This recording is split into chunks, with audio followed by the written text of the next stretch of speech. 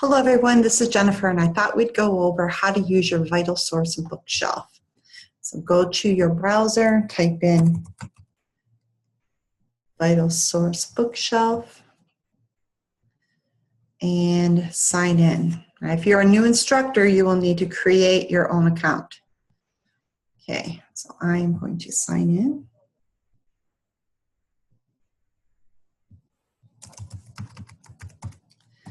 I have a lot of books on my bookshelf. If you have a book that has disappeared, don't worry. You can just go ahead and re-put the book back on your bookshelf just like it was a brand new book. All right, so let's go to my bookshelf. Let's take a look. Here are all the books that are on my bookshelf. Since you are an instructor, you have access to free books. This is not something that you will be charged for. Okay, so let's take a look at our icons.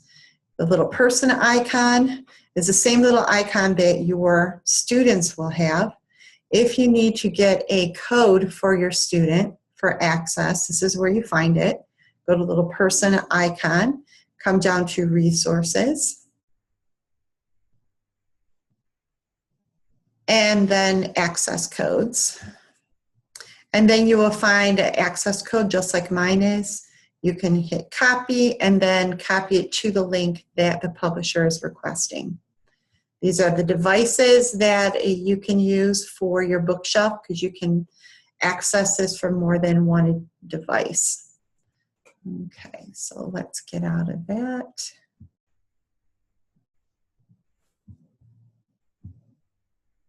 Go back to my bookshelf. All right, the next thing, look, this is automatically updating my books for me, so I don't have to go in and look for an updated book. It does it for me. Thank you, bookshelf. All right, let's go to tools. I can share from here. There are my highlighters, so I can highlight text in my ebooks. And there's an assignment creator. Yes, you can assign your students something to read from their bookshelf. Go into the assignment creator, and I can go get started. I can pick a book, and I can say what my assignment is, and I can do a start and an end page range from them, and then go ahead and save. My students will be able to see where my assignment is and read what I've asked them to read. So that is an option for you if you wanted to do that. Okay, so let's go to Shop Now. Let's say there's a book that I want to add to my bookshelf that I don't have. There's two ways to get to your instructor access. One is through faculty sampling here. The other one is to go to Start Now because you are an educator. So let's just go to faculty sampling. Both will get you to the same place. Now I can type in an author, I can type in a ISBN number or a title. So let's go to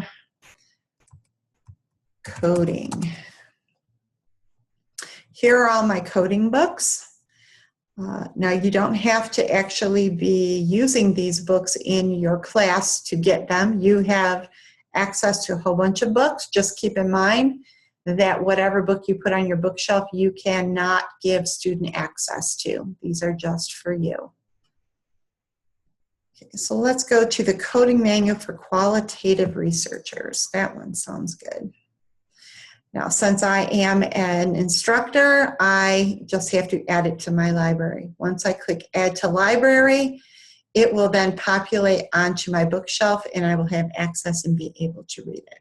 Yep, it is that easy. Hopefully this tutorial helped you out. If you need any help or have any questions, please reach out to your program chair. That's it for now. Hopefully I will see you on the next training. Thank you.